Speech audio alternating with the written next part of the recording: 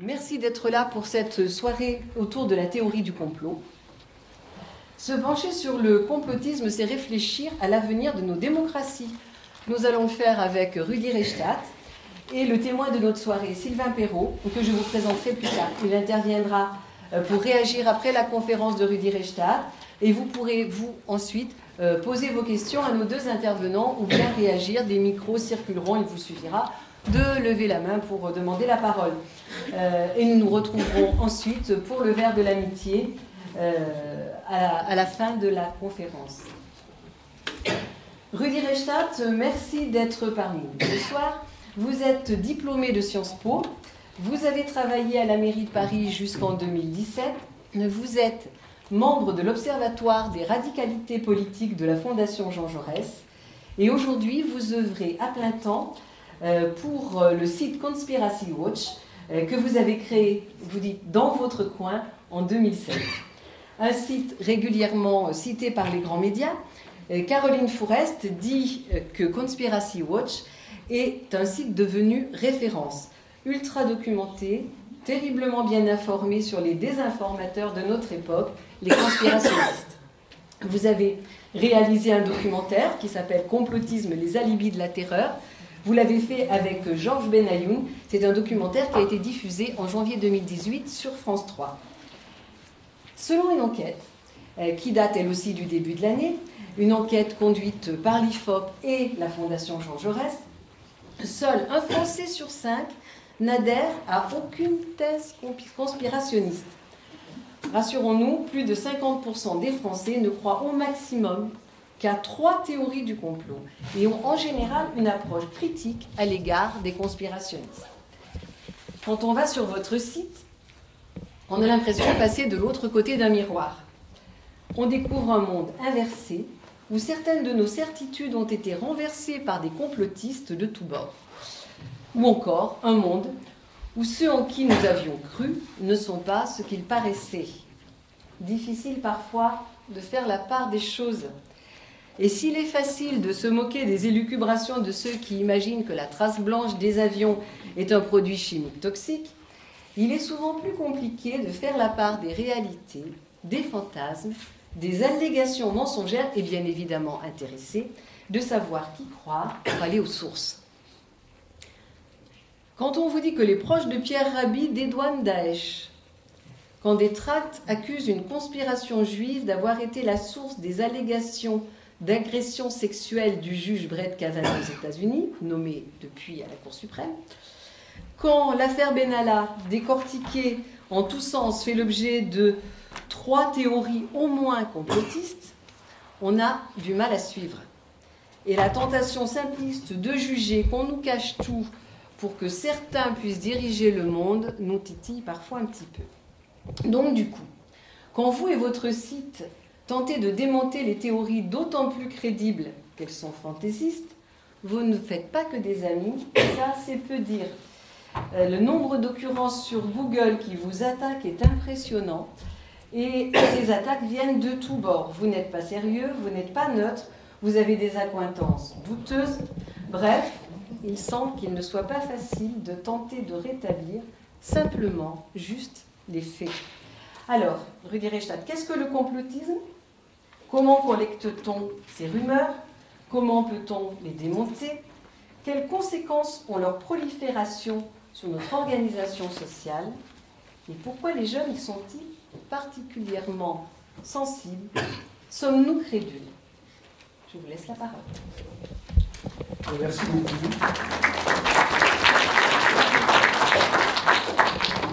Merci pour votre invitation, votre accueil. Merci à tous d'avoir fait le déplacement ce soir. Avant peut-être de commencer, parce que j'ai un support PowerPoint pour donner un peu de chair à ce que je veux dire, vous dire ce qui m'a conduit ici. Ce qui m'a conduit ici, c'est, avant un intérêt pour le conspirationnisme, un intérêt précoce pour le négationnisme, il y a très longtemps. Un intérêt toujours actuel, évidemment.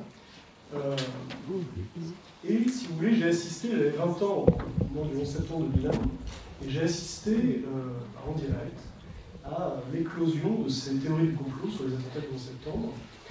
J'ai assisté en direct également au passage, vous vous souvenez peut-être, de Thierry Messant sur France 2, dans l'émission Thierry Ardisson, en mars 2002, de mémoire, qui vient, sans contradicteur, expliquer qu'aucun avion ne s'est écrasé sur le Pentagone et que ce à quoi nous avions assisté en réalité le 11 septembre 2001 était un coup d'État interne à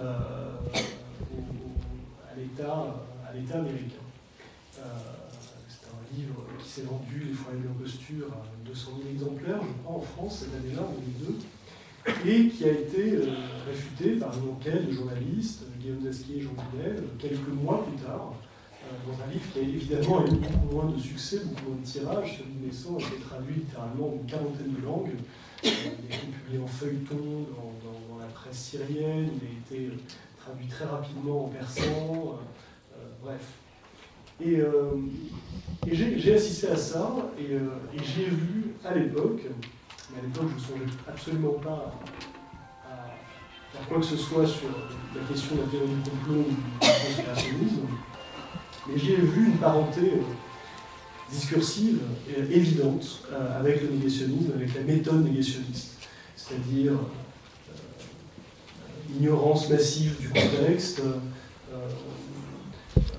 de monter en épingle des éléments tout à fait connexes, tout à fait anecdotiques, en faire des preuves de l'inexistence, en l'occurrence du génocide des Juifs, dans le cas du négationnisme. Et puis cette méthode hypercritique qui fait que on accepte comme vérité tout ce qui va dans le sens de la thèse complotiste ou négationniste, et on écarte complètement tout ce qui vient à la contrarier. Et puis, deuxième étape, je m'aperçois en 2005-2006 que la mouvance négationniste historique, Forisson, etc., et la mouvance complotiste sont en train de faire une jonction qui s'opère par la présence d'un négationniste historique au conseil d'administration du réseau Voltaire, qui est l'association de Thierry Messant, dès 2005. Jonction qu'on voit se matérialiser autour de Dieudonné dès 2006, et puis qui éclate de manière spectaculaire avec la présence de André Forisson sur scène aux côtés de Dieudonné en décembre 2008. Et cette convergence, cette jonction des négationnistes et des complotistes, elle ne va cesser de s'attester dans les années qui suivent, et jusqu'à très récemment avec la mort de Robert Forisson il y a 2 semaines à peu près, où là, très clairement, on a des complotistes historiques qui sont sortis du bois. Donc, parenté de discours, et puis, comment dire, interpénétration des mouvances. Et bien depuis plusieurs années, j'écrivais depuis presque 20 ans maintenant, et j'ai lancé un peu, alors seul dans mon coin, effectivement, un site qui s'appelle Conspiracy Watch, en 2007. En 2007, c'est-à-dire l'année de création également d'Égalité et Réconciliation, qui est l'association d'Alain Soral, qui est aujourd'hui la principale plateforme complotiste, antisémite également, de France, et le premier site politique français également. C'est un site qui fait entre 6 et 8 millions de visites mensuelles, de visiteurs uniques mensuels, c'est absolument considérable. C'est à peu près 10 fois moins que le Figaro ou le Monde, mais c'est beaucoup plus qu'un site comme le mien, Conspiracy Watch, qui doit faire 40 000, 50 000 visiteurs par mois. Vous voyez, Égalité et Réconciliation, on est à 8 millions, et c'est tenu par quelqu'un qui se déclare, qui se revendique très ouvertement national-socialiste, et qui est négationniste, qui le dit, enfin... En 2007, je crée ce site, et j'ai vu, si vous voulez, ces choses-là se développer et ne cesser de se développer. Je croyais à l'époque, et je crois toujours, qu'il faut répondre à ces choses-là. Il ne faut pas répondre aux complotistes. Moi, je ne crois pas qu'il faille engager un débat avec eux, une discussion d'honnête homme avec eux, parce que je ne suis pas honnête. En revanche, je pense qu'il faut discuter leurs arguments pour les réfuter, parce qu'il est naturel d'être ébranlé par les arguments complotistes, parce qu'évidemment, le pouvoir, si vous voulez, de séduction du complotisme, il réside à la fois dans cet effet de dévoilement qui produit, on sait, un plaisir cognitif, l'effet de dévoilement, c'est-à-dire tout d'un coup, vous avez la clé de l'énigme, vous comprenez ce qui s'est passé. Et c'est quelque chose que vous ressentez quand vous arrivez à la fin d'un polar, que ce soit un bouquin ou un film de cinéma, une série. Voilà, tout d'un coup, tout se met en place et vous comprenez ce qui s'est passé, vous comprenez l'intrigue. Et bien ça c'est au cœur du complotisme. Évidemment, il produit un plaisir intellectuel qu'on a envie de renouveler. Mais surtout le pouvoir d'intimidation du complotisme, il réside dans ce que le sociologue Gerald Bronner appelle le millefeuille argumentatif. Et ce que c'est que le millefeuille argumentatif? C'est de mettre bout à bout des arguments empruntés à des champs très diversifiés des connaissances, du savoir. Prenons l'exemple du 11 septembre 2001. Vous avez l'argument économique, on va vous dire qu'il y a eu des délits d'initiés la veille, quelques jours avant, sur les valeurs des compagnies aériennes qui ont été impliquées dans les attentats, et que donc des gens savaient. C'est faux, ça a été une enquête qui a été faite, qui conclut qu'il n'y a pas eu de délits d'initiés, mais cet argument-là reste, et effectivement, si vous ne vous y intéressez pas, vous ne pouvez pas le savoir. Donc les complotistes disent qu'il y a un délit d'initié. Deuxième argument, l'argument technique. Les tours du World Trade Center n'ont pas pu s'effondrer comme cela, c'est forcément une mission contrôlée. Troisième argument, l'argument géopolitique. On avait besoin de cet alibi-là pour faire la guerre en Afghanistan, en Irak, etc. Quatrième argument, l'argument historique. Regardez, c'est une sorte de nouveau Pearl Harbor. D'ailleurs, Pearl Harbor, déjà à l'époque, l'attaque de Pearl Harbor, qui a débouché sur l'entrée en guerre des États-Unis, dans la Deuxième Guerre mondiale, et bien déjà Pearl Harbor était un complot. En réalité, les Américains savaient qu'ils allaient être attaqués, etc. Et donc l'histoire ne fait que se répéter. Et là, j'ai 4 arguments. Il y en a littéralement plusieurs centaines selon cette loi. Plusieurs centaines. Et lorsque vous êtes... Alors, des arguments qui ne sont pas forcément cohérents entre eux, d'ailleurs, hein, qui peuvent s'annuler mutuellement, mais ça, ce n'est pas grave, parce que l'important, c'est de mettre en doute ce que les complotistes appellent la version officielle. Mais, évidemment, lorsque vous êtes exposé à un argumentaire de ce type-là, 10, 20, 30 ans, il est normal d'en être ébranlé. Il est normal de se dire, mais effectivement, tout ne peut pas être faux. Il n'y a pas de fumée sans feu, quoi. Donc je crois qu'il faut répondre à ces arguments, montrer qu'ils sont critiquables, qu'ils ne prouvent rien éventuellement, qu'ils sont basés sur des spéculations douteuses, etc. Et c'est le travail que j'ai voulu engager en commençant Conspiracy Watch. Conspiracy Watch qui est devenu, alors, je vais essayer un peu rapidement pour ensuite rentrer un peu dans le fond du sujet, puisqu'on n'y est pas encore, qui est devenu en 2017 un service de presse en ligne professionnel, que j'anime, que je co-anime avec Valérie Doumet, qui est historienne, qui est une spécialiste de négationnisme, qui est d'ailleurs la biographe de Robert Faurisson. Et donc depuis 2 ans, bientôt 2 ans, nous travaillons à temps plein sur ce sujet-là, avec d'autres collaborateurs d'ailleurs.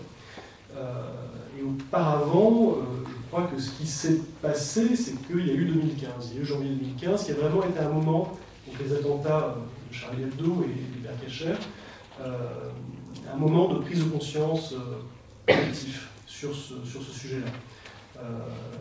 Pourquoi? Parce que dans la semaine qui a suivi les attentats contre Charlie Hebdo, on a eu, vous savez, dans les écoles, les établissements scolaires de France, organisé des minutes de silence. Et ces minutes de silence, elles ont été émaillées d'un certain nombre d'incidents.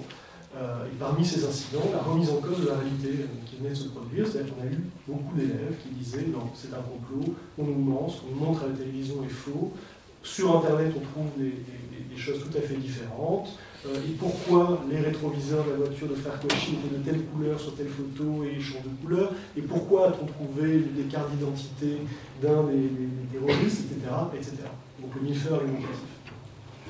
Et dès la fin du mois de janvier 2015, François Hollande, dans un discours d'ailleurs prononcé pour le 70e anniversaire de la libération d'Auschwitz-Birkenau, nomme explicitement le problème en parlant du conspirationnisme et des liens d'ailleurs directs avec les discours de haine, avec l'antisémitisme en l'occurrence.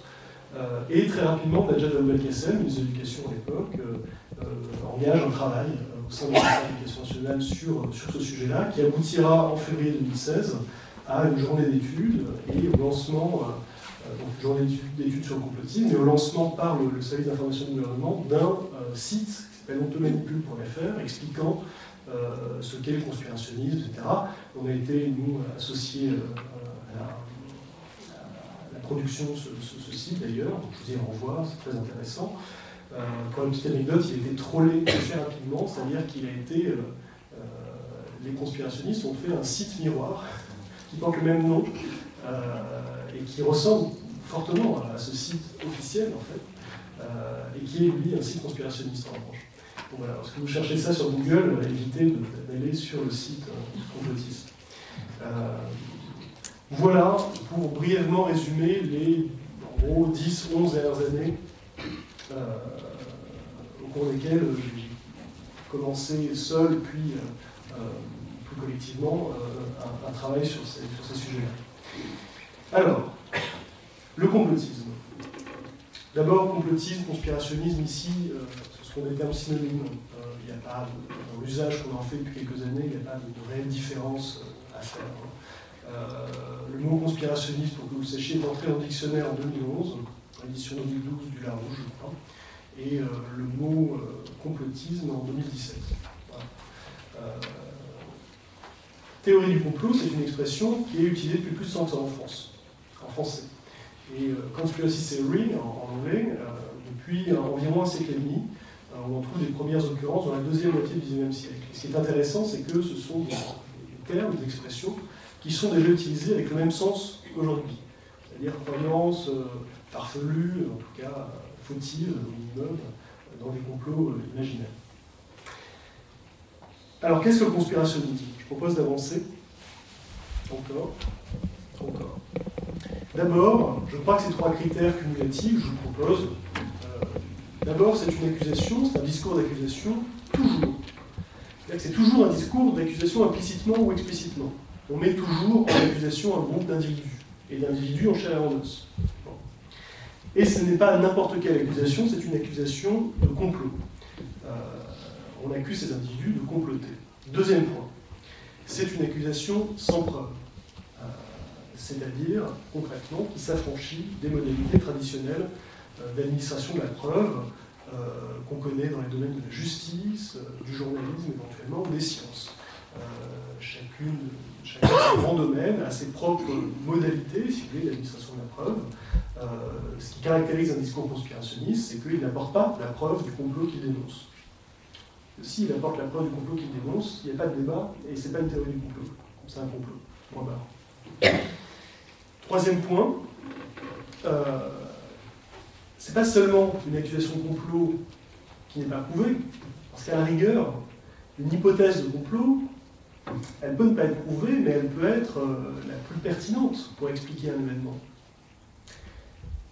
C'est une accusation de complot sans preuve qui, en plus, est une mauvaise explication. C'est une proposition inutile, et une proposition inutile dans le sens où elle n'est pas nécessaire. Ce qui est problématique dans la théorie du complot, c'est pas le fait qu'il y ait le mot complot dedans, c'est le fait que c'est une mauvaise théorie, c'est une mauvaise proposition.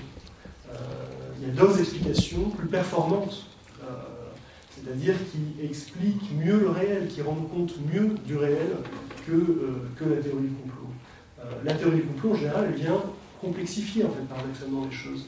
Paradoxalement, parce que fondamentalement, c'est un discours manichéen, simpliste, binaire, qui désigne un grand méchant, etc. Mais retenez bien qu'une théorie du complot, elle ouvre davantage de questions que celles auxquelles elle peut répondre. Alors que les versions communément acceptées des faits, en général, eh bien, justement, elles ont cet avantage qu'elles n'ont pas besoin de faire appel à un complot non prouvé et complètement spéculatoire pour avancer, proposer un cadre d'interprétation de règles. Je reviendrai évidemment sur ces aspects-là si vous le souhaitez tout à l'heure pendant les questions. Donc avançons, une définition. Alors il y a autant de définitions que d'auteurs sur la théorie du complot, et ça fait longtemps maintenant qu'on commence à essayer de définir l'objet conspirationnisme. Moi, c'est celle-ci que je vous propose, parce que c'est la définition la plus synthétique à laquelle j'ai pu arriver. Ce serait la tendance à attribuer abusivement l'origine d'un événement, d'un phénomène, d'un fait social à l'action occulte d'un petit groupe d'individus, agissant dans son intérêt au détriment des autres et continuant activement à dissimuler son rôle. Alors pourquoi abusivement? Abusivement, on l'a dit, c'est parce que justement, la théorie du complot, elle elle n'est pas prouvée. Elle n'est pas prouvée, et puis c'est une mauvaise théorie. C'est en cela qu'elle est abusive. L'origine d'un événement, d'un phénomène ou d'un fait social. Ça, c'est de dire que la pensée conspirationniste, la mentalité conspirationniste, elle s'empare de l'ensemble du réel. Aussi bien des événements historiques, elle prétend réinterpréter des événements historiques, les grandes batailles, les guerres, les crises économiques, des phénomènes, y compris des phénomènes naturels, un tsunami, dont on a expliqué qu'en réalité c'est une arme secrète américaine qui l'a provoqué, même le réchauffement climatique, dont on dit que en réalité c'est un hoax. Donald Trump disait une intox créée par et pour les Chinois. Expliquez ça quand même dans les campagnes présidentielles de 2016.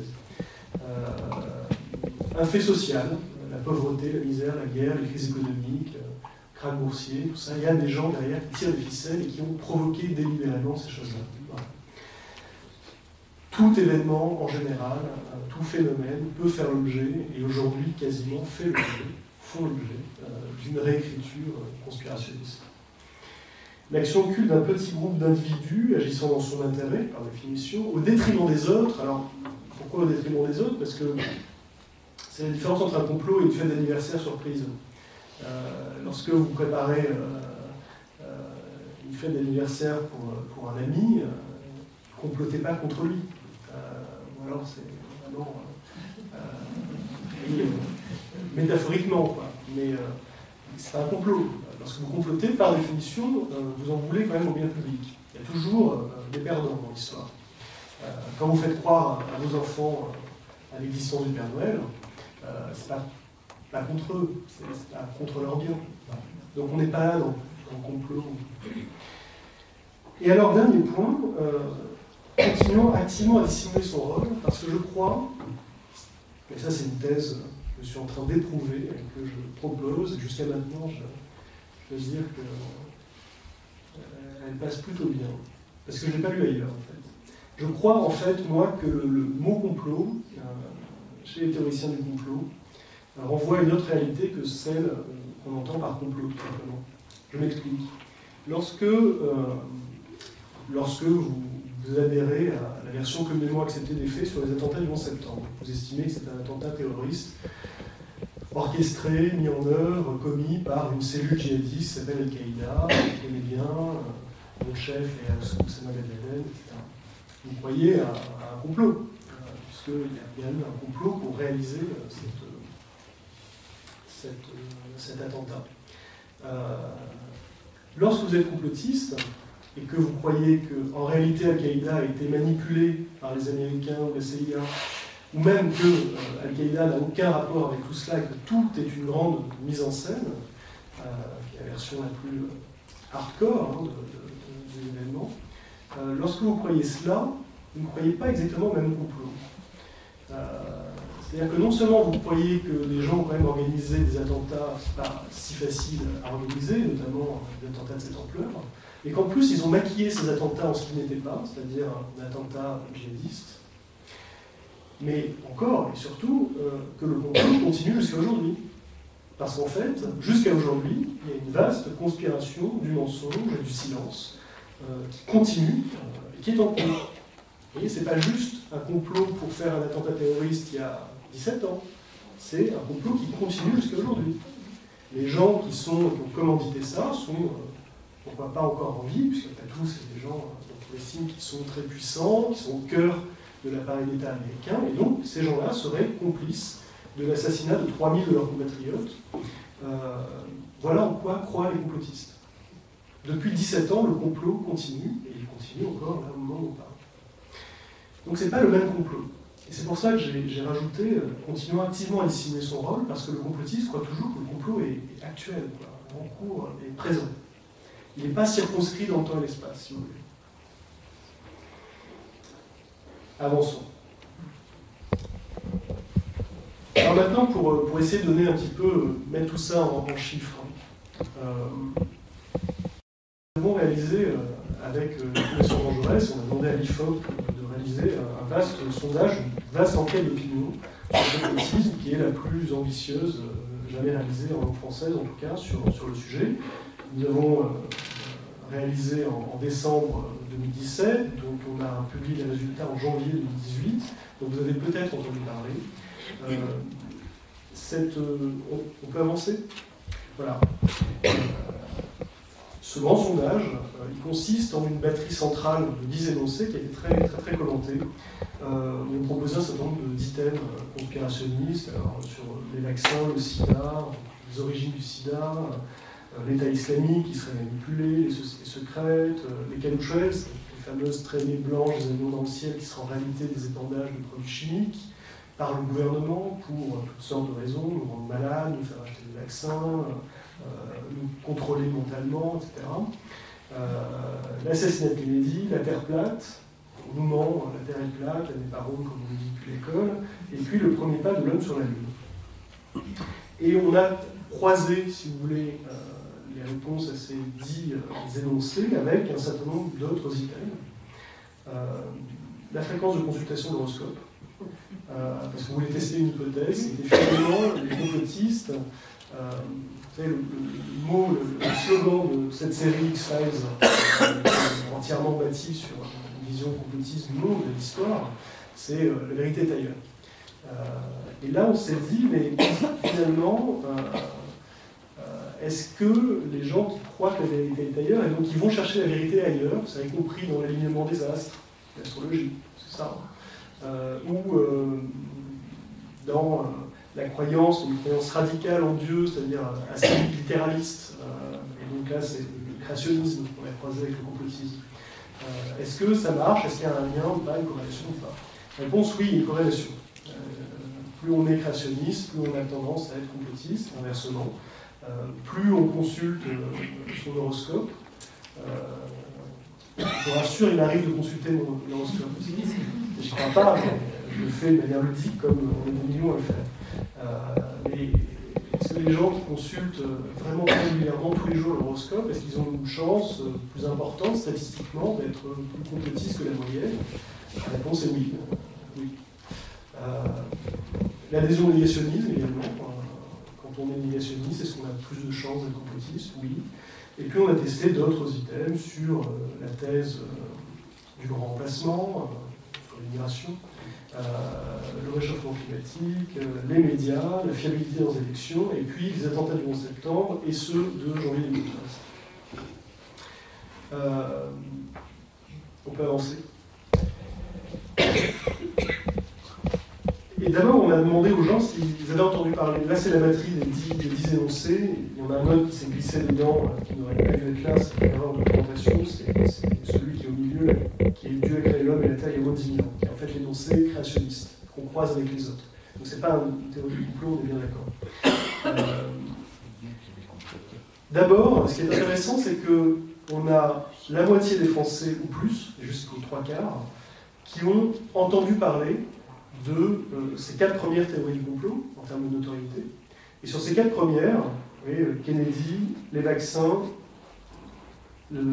l'alunissage et le sida, vous avez 3 grandes théories du complot historiques. L'assassinat de Kennedy en 63, l'alunissage en 69, le sida, qui est une théorie du complot ancienne, une trentaine d'années, qui a été largement activée dans les années 80 en particulier. Et puis une autre qui est plus actuelle, on a testé, on a fait le sondage en décembre 2017, c'est-à-dire dans une séquence qui arrive immédiatement après ce grand débat sur l'extension de l'obligation vaccinale à 11 vaccins. Et donc 3 théories du complot historiques assez connues, des sondées, et une plus actuelle sur les vaccins. Les autres, vous voyez, elles concernent moins de gens, mais jusqu'à un bon tiers.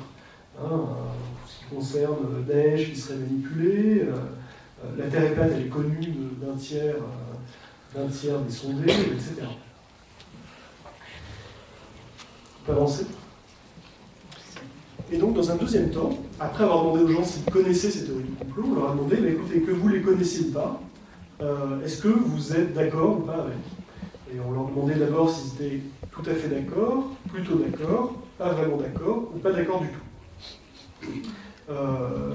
L'IFOP a a estimé que ce n'est pas nécessaire de leur proposer un « ne se prononce pas », ce qui a un effet de biais sur la réponse, c'est-à-dire que ça force la réponse. Ça force la réponse, mais en attendant, les écarts entre approbation et désapprobation, ils existent. Ils seraient peut-être moins contrastés s'il y avait eu la possibilité de répondre je ne me prononce pas, mais en tout cas, il permet d'enregistrer des scores quand même assez nets. Et là, on a quand même, sur les vaccins, on a 55% d'approbation de gens qui considèrent qui sont prêts en tout cas à considérer que le ministère de la Santé est de mèche avec l'industrie pharmaceutique pour cacher au grand public la réalité sur la nocivité des vaccins. Donc on aurait la ministre de la Santé et son équipe, et son administration, qui savent que les vaccins sont mauvais, mais qui, pour des raisons économico-politiques, le dissimulent au grand public. Voilà. C'est une théorie du complot classique. 55%, quand même plus de la moitié des sondés. La deuxième, qui la talonne immédiatement, c'est celle sur l'assassinat de Kennedy, qui est à la fois une vraie théorie du complot, l'idée que la CIA serait impliquée dans l'assassinat de Kennedy. C'est une vraie théorie du complot, et en même temps, c'est une théorie du complot, une des rares, qui a réussi. C'est-à-dire qu'elle a conquis la majorité de l'opinion en France, et c'est également vrai aux États-Unis. Et pourtant, c'est une théorie du complot. C'est-à-dire que lorsqu'on se penche, s'intéresse sérieusement au dossier, et plusieurs aux États-Unis l'ont fait en particulier, plusieurs auteurs américains, dont l'ancien procureur assez célèbre. En tout cas, l'explication par le tireur isolé est de loin la plus plausible, mais il y a l'idée, cette idée-là qui s'est installée, que de toute façon, c'était un grand mensonge et que les services secrets étaient impliqués dans l'assassinat de Kennedy. Voilà, un autre score qui était très commenté, pourtant c'est le dernier, c'est les 9% que vous voyez tout en bas sur il est possible que la Terre soit plate et non pas ronde, comme on dit depuis l'école. Encore une fois, c'est un sondage, c'est-à-dire que ça ne vaut rien d'autre qu'un sondage. Ce n'est pas une vérité révélée, ce n'est pas des scores ou des chiffres à inscrire dans le marbre, mais ce sont des chiffres qui sont intéressants, et notamment dans les écarts qui sont intéressants. Pourquoi? Parce que derrière ce chiffre de 9%, vous avez un écart de 1 à 6 entre les plus 65 ans, par exemple, et les 18-24 ans. C'est-à-dire que les plus 65 ans sont 3% à répondre qu'il est possible que la Terre soit plate. Les 18-24 ans, ils sont 18%. Ils sont 6 fois plus nombreux. Donc, on se dit qu'il se passe quelque chose. Cet écart de 1 à 6, il est particulièrement vrai là-dessus. Sur l'ensemble des items, il est entre 1 à 2 et 1 à 3. On va y revenir. On peut avancer.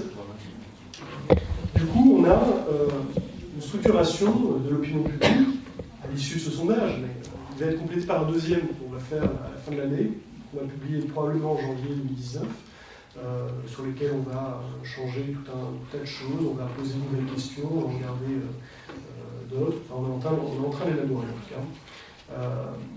Une structuration de l'opinion publique en 3 blocs. Ça ne se voit pas très bien là forcément les 3 blocs, mais je vais vous expliquer. En gros, vous avez un bloc qui fait 53% et qui réunit ceux qui croient à aucune théorie, ceux qui croient à une ou ceux qui croient à 2 théories. Donc les 21% plus 18 plus 14. Ça fait plus de la moitié des Français, 53%, et ils ont des comportements relativement homogènes en fait. C'est-à-dire qu'on n'observe pas d'effet palier particulier, une continuité en fait. On aurait pu observer autre chose, on aurait pu voir que en fait, ceux qui croient à aucune théorie du complot, sur les 10 qu'on leur propose, dans la batterie là, de 10 énoncés, on aurait des comportements tout à fait différents avec ceux qui commencent à croire à 1 ou 2 ou 3 ou plus. Mais en fait, non, c'est pas ce qu'on observe. Ce qu'on observe, c'est qu'il y a plutôt une continuité entre des gens qui croient à 0, 1 ou 2. Et parmi ceux-là, beaucoup croient notamment à celle sur JFK. Et je vais y revenir. Ensuite, on a, on va dire, le ventre mou, ceux qui croient à 3 ou 4. Ça fait 22%, un cinquième à peu près. Ceux qui croient à 3 ou 4 théories sur les 10 qu'on leur propose, eh bien, sur certains items, il y a un effet palier, et sur d'autres non. Parfois, le palier est à 3, parfois il est à 4 ou plus. Donc, on a des gens qui sont à la fois en voie de basculement pour certains, et d'autres qu'on peut tout à fait rattraper par la manche. Voilà. Et puis, on a ceux qui croient à 5 théories ou plus sur les 10 proposées, donc la moitié ou plus des théories du complot proposées, et là ils sont 25%. Et ce qu'on s'est proposé, c'est de resserrer la focale sur ces 25%. C'est-à-dire un Français sur 4, que dans la note d'analyse associée à ce sondage, que je vous invite à consulter si ça vous intéresse, on appelle les complotistes endurcis, faute de meilleurs termes. Mais donc qui adhèrent à 5 ou plus des énoncés que je vous ai montré tout à l'heure. Et là, lorsqu'on resserre la focale sur ces 25%, selon l'âge, vous voyez que, en gros, plus on est âgé et moins on y croit. On est à 36% chez les 18-24 ans, qui composent ces 25%, d'accord ? Et on est à 15% seulement chez les 65 ans et plus. Pardon, je vous ai dit une bêtise. J'ai mal lu le graphique. En fait, on est à 25% en moyenne, d'accord, et on est à 36% chez les 18-24, et on est à 10 points en dessous chez les plus de 65 ans, d'accord. Donc il y a une surreprésentation dans ces 25% des 18-24. Idem sur le niveau de diplôme. Grosso modo, plus on est diplômé, moins on a tendance à y croire. Constat qu'il faut nuancer immédiatement en disant que sur certaines théories du complot, ce n'est pas vrai. Au contraire, plus on est diplômé, plus on y croit. Mais grosso modo, voilà, le diplôme, quand même, fait obstacle à la diffusion de ces choses-là. Par exemple, vous avez parlé des tranches d'âge. Sur 3 items, les plus de 65 ans sont plus complotistes que les 18-24.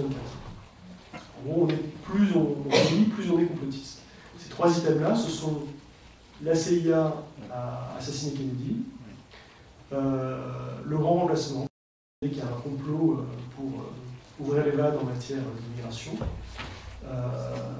et le réchauffement climatique qui serait une intox.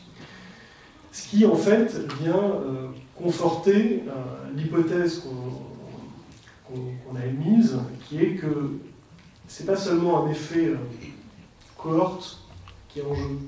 C'est-à-dire que ce n'est pas parce que vous êtes jeune que vous êtes complotiste, et ça va, en gros, ça diminuera avec l'âge.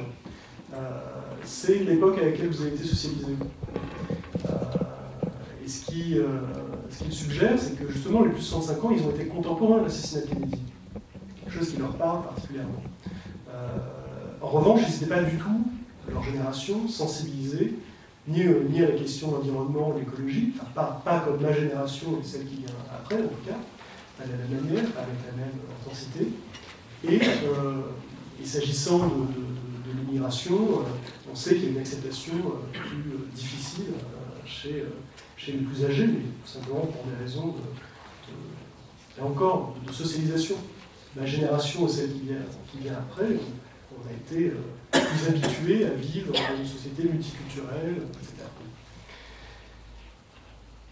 Donc, si cette hypothèse est valable, ça signifie aussi que ceux qui ont 18 ans aujourd'hui qui croient à ces choses-là, il n'y a pas de raison qu'ils y croient beaucoup moins dans 10 ans, dans 20 ans, dans 30 ans.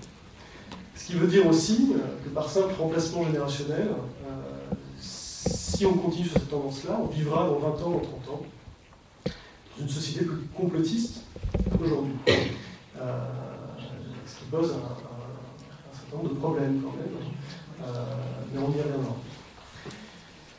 Sur les comportements politiques, là on a enregistré des résultats qui viennent confirmer ce qu'on savait déjà, parce que qualitativement, vous le savez, et parce qu'on avait déjà un sondage de 2012 du Sevipov qui montrait qu'on avait une surreprésentation des opinions complotistes dans les électorats marginaux, gauche radicale, extrême droite, et particulièrement extrême droite. Et vous avez donc toujours la médiane qui passe à 25%, et 39% chez Marine Le Pen, 36% chez les électeurs de Jean-Luc Mélenchon. Là, c'est le vote au présidentiel 2017. Ensuite, la fréquence de consultation de l'horoscope, j'en ai parlé tout à l'heure. Vous voyez clairement que, en gros, lorsqu'on n'est pas fan d'astrologie, on a globalement moins de chances d'être admis à ces choses-là. Et enfin, sur le moyen principal d'information sur l'actualité, grosso modo, plus vous êtes sur la presse écrite, moins vous y croyez, presse écrite papier. Et plus vous êtes sur Internet et en particulier sur les plateformes de vidéos en ligne, et plus vous avez statistiquement de chances d'adhérer à ces choses-là. Alors la vague du complotisme chez les jeunes, parce que c'est une question qui revient très souvent. On l'a dit, une perméabilité plus grande. Les moins de 35 ans sont 2 fois plus nombreux à adhérer à cette théorie de plus que les plus de 35 ans. Et c'est le graphique sur cette théorie de plus. Donc c'est très clair, hein, la césure, elle passe avant et enfin, moins de 35 ans, plus de 35 ans. Les hypothèses, c'est qu'ils sont plus vulnérables, plus sensibles à ces choses-là, parce qu'ils sont moins armés intellectuellement, parce que moins diplômés, parce qu'ils ont moins de ressources intellectuelles pour y répondre. C'est un problème d'intelligence, c'est un problème d'instruction et d'éducation. Ensuite, plus exposés parce que, on l'a vu, ils sont davantage sur Internet pour s'informer. C'est très clair, on le sait. Les usages par médias sont très clairement pour les jeunes sur Internet et sur notamment les réseaux sociaux. C'est beaucoup moins vrai pour leurs aînés, leurs grands-parents, etc. Ensuite, parce que ce que les psychologues sociaux appellent le besoin d'unicité serait plus fort chez les jeunes. Qu'est-ce que c'est que le besoin d'unicité? C'est tout simplement le besoin de se sentir unique, le besoin de se distinguer. Vous voyez, ce narcissisme qui fait que, attendez, moi j'ai compris le dessous des cartes, on ne me la fait pas, j'ai compris ce que vous n'avez pas compris. Et ça, on sait que ce besoin d'unicité, il est corrélé à une plus grande adhésion au complotisme. On sait, il y a des études là-dessus. L'hypothèse qu'on peut faire, c'est que ce besoin d'unicité, il est plus présent chez les jeunes que chez les autres catégories de population. Pourquoi? Parce que l'adolescence, c'est le moment de la recherche identitaire, c'est le moment où c'est des piercings, des tatouages, des expériences vestimentaires, et sans doute qu'il y a là un besoin de s'affirmer, de se sentir unique, qui est plus présent qu'à d'autres âges de la vie. Et donc ça expliquerait, mais encore une fois je parle de conditionnel parce que ça n'est qu'une hypothèse, ça expliquerait une tendance plus forte au conspirationnisme. Et puis, dernier point, l'âge de la transgression, l'adolescence. C'est le moment où on remet en cause la parole adulte, la parole d'autorité en général. Et évidemment, c'est extrêmement compatible avec le conspirationnisme qui remet en cause les grandes paroles d'autorité, c'est-à-dire la presse, la science, la parole du pouvoir, la parole politique, ou de l'État, en tout cas, l'autorité publique. Donc voilà, il y aurait là un terrain commun qui expliquerait cette plus grande porosité des jeunes au conspirationnisme. Alors ensuite, pour toujours essayer d'approcher ce qu'est le complotisme, j'ai évidemment pas parlé de tout ce qui explique la demande sociale du conspirationnisme. Je vous ai donné quelques indicateurs, mais ce qui fait le succès du conspirationnisme, c'est la rencontre d'une demande et d'une offre idéologico-politique. Et cette offre idéologico-politique, le conspirationnisme, elle est assurée sur Internet, en continu, par un certain nombre d'entrepreneurs de politisation conspirationniste. On a essayé de cartographier tous ces sites et blogs qu'on appelle la complosphère il y a quelques années avec un chercheur qui s'appelle Joël Goubin. Et c'est un exercice, alors qu'il n'est pas, vous l'avez vu, pas très graphique, parce qu'on n'a pas les moyens de faire quelque chose de très joli. D'ailleurs, on a retiré depuis d'Internet, parce qu'on avait travaillé pour un think tank britannique qui s'appelait Counterpoint. Donc on a cartographié la complosphère francophone. Et ce qui était intéressant, c'est que sur les 300 ou 400 sites qu'on avait identifiés et sur lesquels sur lesquels on avait resserré notre focus, eh bien, on s'est aperçu qu'il était assez relié, assez bien relié. C'est-à-dire que ce n'est pas un univers en vase clos, évidemment, mais c'est quelque chose d'assez homogène, en fait, la compososphère. C'est-à-dire qu'ils se citent mutuellement, ils reprennent les contenus en permanence les uns les autres, ils se renvoient en permanence d'une plateforme à l'autre. Ensuite, s'agissant de la visite mensuelle, je vous parlais tout à l'heure en introduction, je vous parlais des fréquentations du site Égalité et Réconciliation, c'est le premier, c'est la première colonne. Là, c'est un sondage, des relevés qu'on a fait, une fréquentation qu'on a fait en février dernier. Égalité et Réconciliation est même devant la plateforme française de Russia Today, de RT, qui est un site professionnel avec une rédaction, des moyens.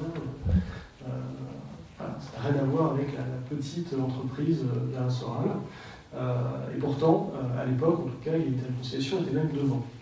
Et vous voyez, tout à la fin, vous avez Conspiracy Watch en bleu, le dernier. Donc vous voyez, si vous voulez, le rapport de force sur Internet, il est de 1 à 100. Ce qui explique aussi les attaques, les calomnies, voilà. Ça, c'est un tableau réalisé par un sociologue, c'est Antoine Bévor, qui montrait, mais c'est juste pour l'anecdote, mais qui montrait que sur les 30 sites politiques français ayant le plus d'audience sur le web, ils sont en bleu. En bleu, vous avez les sites complotistes. Voilà. Donc sur les 30, vous avez en bleu les sites complotistes.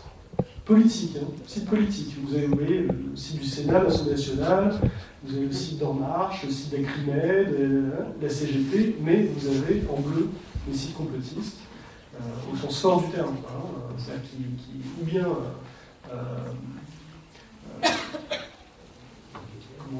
mettent ces choses-là en circulation vraiment quotidiennement, ou bien relayent très fréquemment des théories.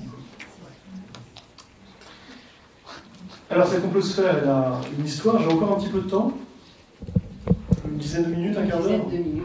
Ouais. Cette complosphère, elle a une histoire. J'ai parlé de Thierry Besson tout à l'heure. Je ne pourrais pas vous faire l'histoire de la complosphère francophone, là, encore moins en 10 minutes. Mais il faut que vous sachiez tout de même que dès 2005, vous avez autour de Thierry Besson une grande conférence anti-impérialiste qui réunit, en fait, très intéressant, qui réunit tout le who's-who du complotisme mondial, quasiment. Donc tous les auteurs conspirationnistes, vous avez Jacques Cheminade, vous avez Michel Collomb, vous avez Dieudonné, vous avez l'épouse de Lyndon LaRouche, qui est l'un des papes du conspirationnisme américain. Et ce qui est intéressant, c'est que parmi les médias qui soutiennent, qui sont partenaires de cet événement, vous avez Russia Today, déjà à l'époque, Télésour, qui est la chaîne panaméricaine créée par Hugo Chavez, qui a son siège à Caracas, au Venezuela. Vous avez déjà à l'époque Al Jazeera, qui pourrait plus être là d'ailleurs, parce que maintenant ils sont en guerre avec les Iraniens. Vous avez l'IRIB, qui est l'audiovisuel public iranien. Quelques mois après cela, en Iran, il y aura cette grande conférence négationniste, où vous aurez tous les négationnistes de la planète qui viendront à Téhéran pour expliquer que l'Holocauste est un vaste complot, et un vaste complot juif. Et puis vous avez, ce qui est très intéressant, le seul média occidental qui est partenaire de cet événement, c'est l'American Free Press. L'American Free Press, c'est un journal d'extrême droite néo-nazi américain, qui explique que le 11 septembre est un complot israélien, que la personne qui était le directeur, le fondateur de l'American Free Press, s'appelle Willis Carto. Il est mort il y a quelques années. Willis Carto était un Hitlerolâtre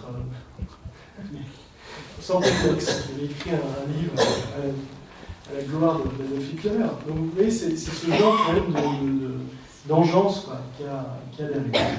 Et à l'époque, Thierry Besson a fait rentrer un négationniste au conseil d'administration du réseau Voltaire. Il a fait rentrer comme vice-président du réseau Voltaire un monsieur qui s'appelle Issa El-Ayoubi, qui est un hiérarque d'un parti libanais qui s'appelle le PSNS, qui est allié au Hezbollah, qui est le parti social nationaliste syrien, c'est un parti crypto-nazis, en fait, dont les emblèmes sont assez calqués sur la croix gammée hitlérienne, etc. Voilà, là, à ce moment-là, en 2005, très clairement, on est dans une entreprise d'extrême droite, quoi. Peu de temps après cela, d'ailleurs, Thierry Messant, Dieudonné, Alain Soral vont faire un grand voyage ensemble au Liban, en Syrie. Bref. Vous avez ensuite le moment de la liste antisioniste, 2009. C'est les européennes de 2009. Alain Soral retrouve là de nouveau Dieudonné, il s'était déjà connu pour une première liste européenne de 2004. Et là, cette liste antisioniste, elle met en scène notamment Dieudonné, tout un tas de gens liés à la mouvance négationniste aussi. Yahya Bouesmi, qui a été perquisitionné il y a quelques semaines de cela seulement, à Grande-Sainte, dans le Nord, et qui est quelqu'un qui est en relation directe avec l'ambassade d'Iran à Paris. Et puis c'était une liste qui était soutenue évidemment par Thierry Messant, qui depuis 2008 est en vie entre le Liban et la Syrie. Et puis il se réclamait aussi du soutien de Carlos, le terroriste Carlos. Troisième jalon de cette complosphère, c'est l'émergence de ce qu'on a appelé la dissidence. La dissidence a essayé de se réunir, évidemment leur congrès a été annulé, il n'a pas pu se tenir, mais on a essayé de se réunir en mai 2014 à Bruxelles.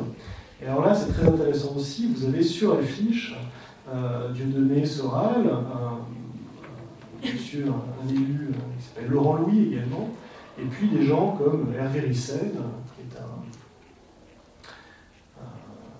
auteur violemment raciste antisémite, violemment, je pèse mes mots, je sais que je suis enregistré, il n'y a pas de problème, mais violemment raciste antisémite, et alors qui ne s'en cache absolument pas. Des gens comme Pierre Hillard, qui explique que notre grand problème aujourd'hui, c'est le judéo-talmudisme, des gens comme Kenny Seba, bref.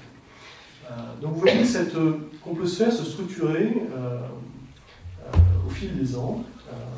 Là, c'est une photo qui a été prise l'année dernière pour le 10e anniversaire d'égalité et réconciliation. On retrouve des figures de cette nuance.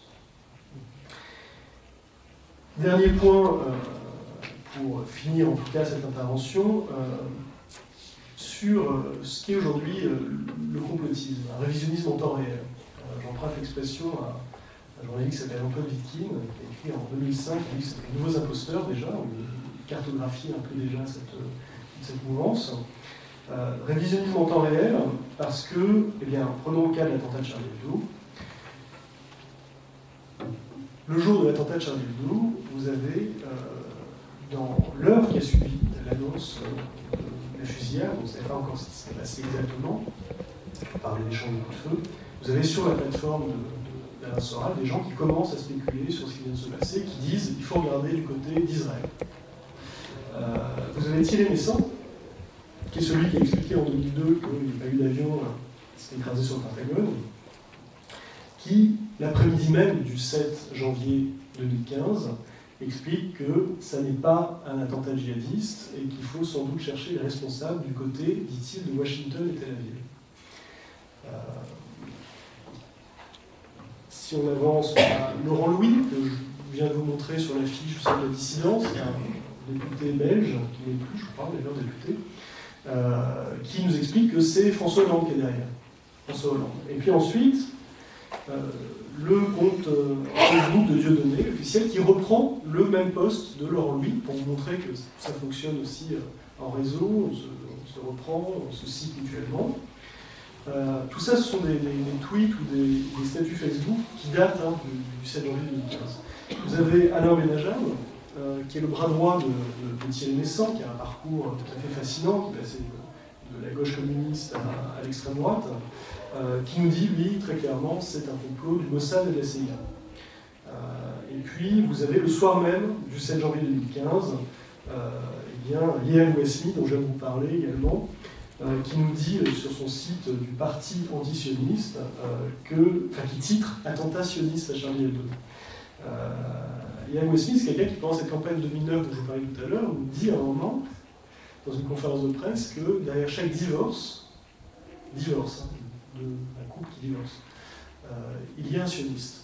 À chaque divorce, il y a un sioniste. Et alors, on est dans la causalité diabolique, ce que Léon Poliakov appelait la causalité diabolique, c'est-à-dire vous assignez le mal à une place définitive, et donc le mal vient, vous avez identifié la source du mal dans l'histoire et dans le monde. Donc on est dans un propos complètement démonologique. Dès le lendemain, vous avez le site de vos données, Penel+, qui n'existe plus aujourd'hui, qui reprend un post d'un autre site complotiste qui s'appelle Panamza et qui dit « Ah ben, regardez, on a retrouvé une carte d'identité dans les frères Kouachi, et donc on nous refait le coup du passeport miraculeux qu'on nous avait fait en septembre, etc. »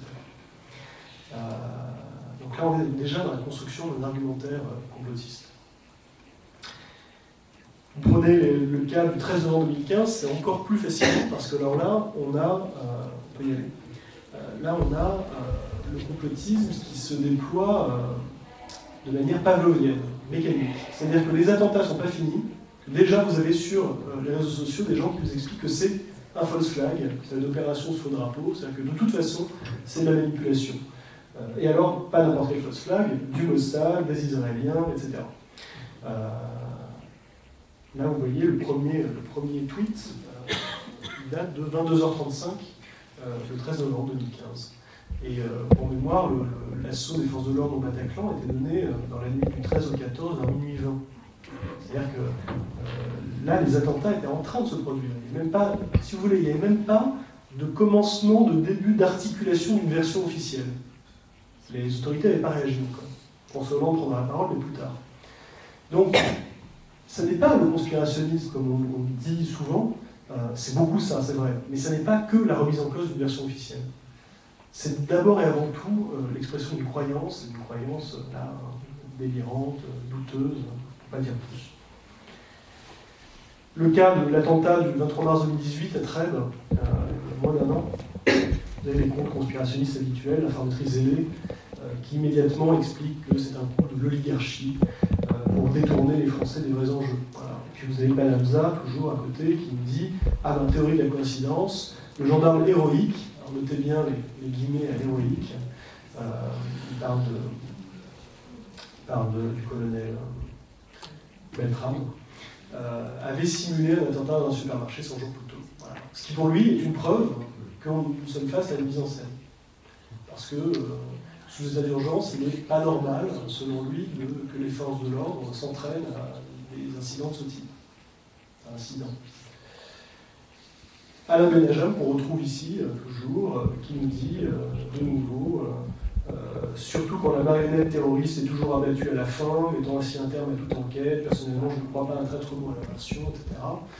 Ça aussi, c'est un argument qui revient très souvent, c'est-à-dire que les terroristes seraient systématiquement éliminés, tués par les forces de l'ordre. Absolument pas vrai. Il y a plein d'attentats et de tentatives d'attentats dans lesquels on a pu arrêter les terroristes. On pense à Nadine Bouch, à Salah Abdeslam et d'autres, qui sont actuellement en prison et qui attendent d'être jugés, et qui, en général, revendiquent leur acte quand ils consentent à parler. Donc, voilà. Donc, les réponses et tentatives d'endiguement, je vous le disais tout à l'heure, il y a une prise de conscience qu'on peut dater, clairement en janvier 2015, avec les attentats contre Charlie, la prise de parole de François Hollande, des actions gouvernementales pour essayer d'endiguer ces choses-là. Maintenant, vous avez la prévention du complotisme qui est inscrite dans le plan de lutte contre le racisme et l'antisémitisme et dans le plan de prévention de la radicalisation également.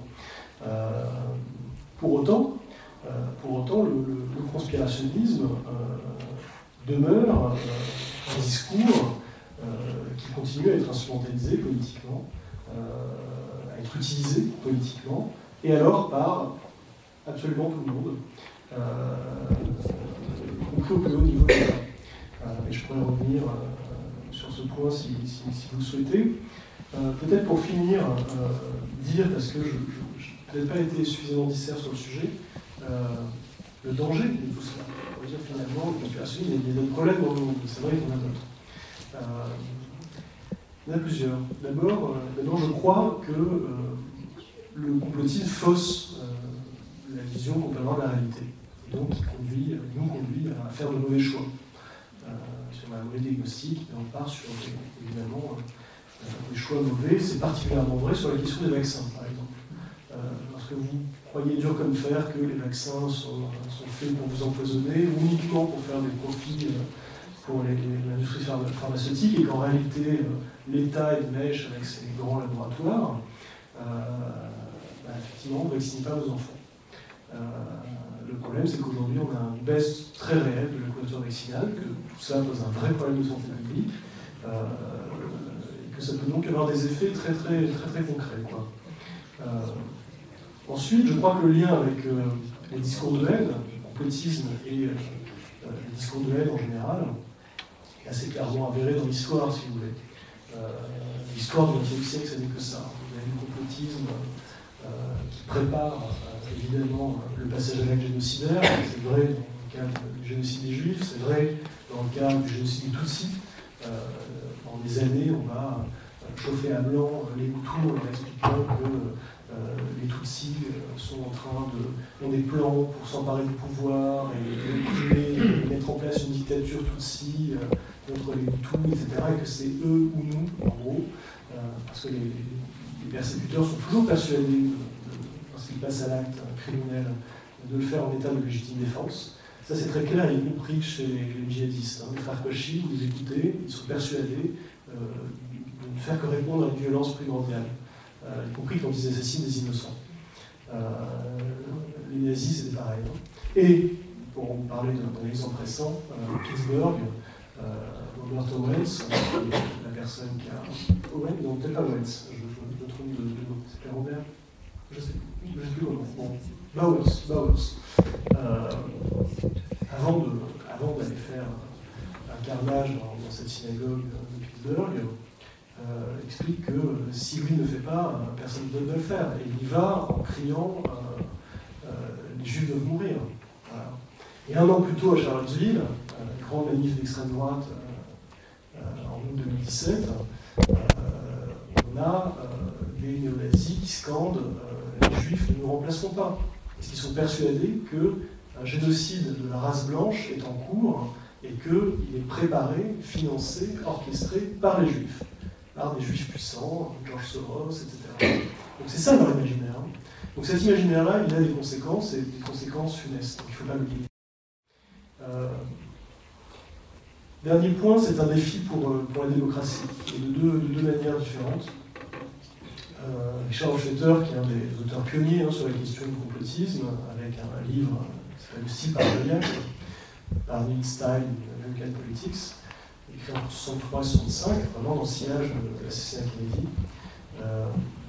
Richard Hofstetter disait, mais lorsque matin, midi et soir, on vous explique que vos représentants démocratiquement élus sont des marionnettes à la somme de puissance obscure, etc., que la démocratie n'est que un vaste théâtre d'ombre, eh bien vous en êtes fatalement, logiquement, conduit à remettre en cause la validité du système qui permet ça, et donc de la démocratie libérale. Il expliquait aussi que lorsqu'on est aux marges du spectre politique et qu'on n'a pas sa voix représentée au centre du système, là aussi on a tendance à interpréter de manière paranoïaque, entre guillemets, ces choses-là. Et je dis paranoïaque entre guillemets parce que Hofstetter le disait déjà, il y avait une grande différence entre la paranoïa clinique et la paranoïa politique. Il parlait de paranoïa politique, complotisme. Effectivement, il ne faut pas psychologiser, psychiatriser le complotisme. Les complotistes ne sont pas des fous. Ils peuvent être fous par ailleurs, ils peuvent être déséquilibrés, mais pour l'essentiel, ce n'est pas un problème d'équilibre mental, pas du tout. C'est un discours politique. Voilà. Et alors, qui peut nous paraître fou quand on ne partage pas, mais quand on est dans cette logique-là, évidemment, on y croit et on voit le monde à travers ces lunettes-là. Dernier point, la démocratie, elle organise la libre confrontation des idées, des opinions, dans un espace policé, civilisé. Lorsque le débat ne porte plus sur des opinions qui s'entrechoquent, qui se confrontent, mais sur le réel lui-même, sur la réalité elle-même, je ne crois pas qu'il puisse y avoir un débat démocratique digne de soi. Je crois que le débat devient un dialogue de sourds. lorsqu'on ne partage pas la même réalité, et on ne peut pas définir ensemble le bien commun, quoi. Alors, tout ça est très théorique, parce qu'évidemment, dans la réalité, il n'y a pas de démocratie parfaite, et évidemment que les gens partagent des réalités différentes. Mais lorsque ça devient un mouvement massif, lorsque, si vous voulez, le corps politique éclate en archipels de communautés qui ont chacune leur propre réalité, potentiellement on n'est pas loin de la guerre civile, quoi. Parce que de toute façon, on ne peut pas tomber d'accord sur le bien commun. Et donc, s'il y a une politique qui est mise en œuvre, qu'on ne partage pas, on ne la vit pas comme quelque chose de temporaire, et avec l'idée qu'on peut convaincre le voisin, etc. On le vit comme une violence et comme une oppression. Donc voilà, je crois que c'est en cela que le complotisme sape vraiment les bases de la démocratie. Il ne faut pas l'oublier, parce qu'on est à une période en plus où ces bases-là sont quand même largement chancelantes. Je ne suis pas le seul à faire ce constat. Il y a Chamoun qui a publié un livre très commenté, Le peuple contre la démocratie, parle de déconsolidation démocratique. Pendant des décennies, on a eu l'impression de franchir des paliers, vous voyez, avec l'idée d'un effet cliquet. En gros, voilà, on avait aboli la peine de mort, on ne va pas revenir en arrière. Aujourd'hui, on ne peut plus avoir cette certitude-là. Potentiellement, sur les libertés publiques, sur l'état de droit, il est absurde de penser que dans 10, 20, 30 ans, 40 ans, dans nos démocraties libérales, policées, civilisées, on revienne en arrière. Ça s'est déjà vu dans l'histoire. Je vous remercie.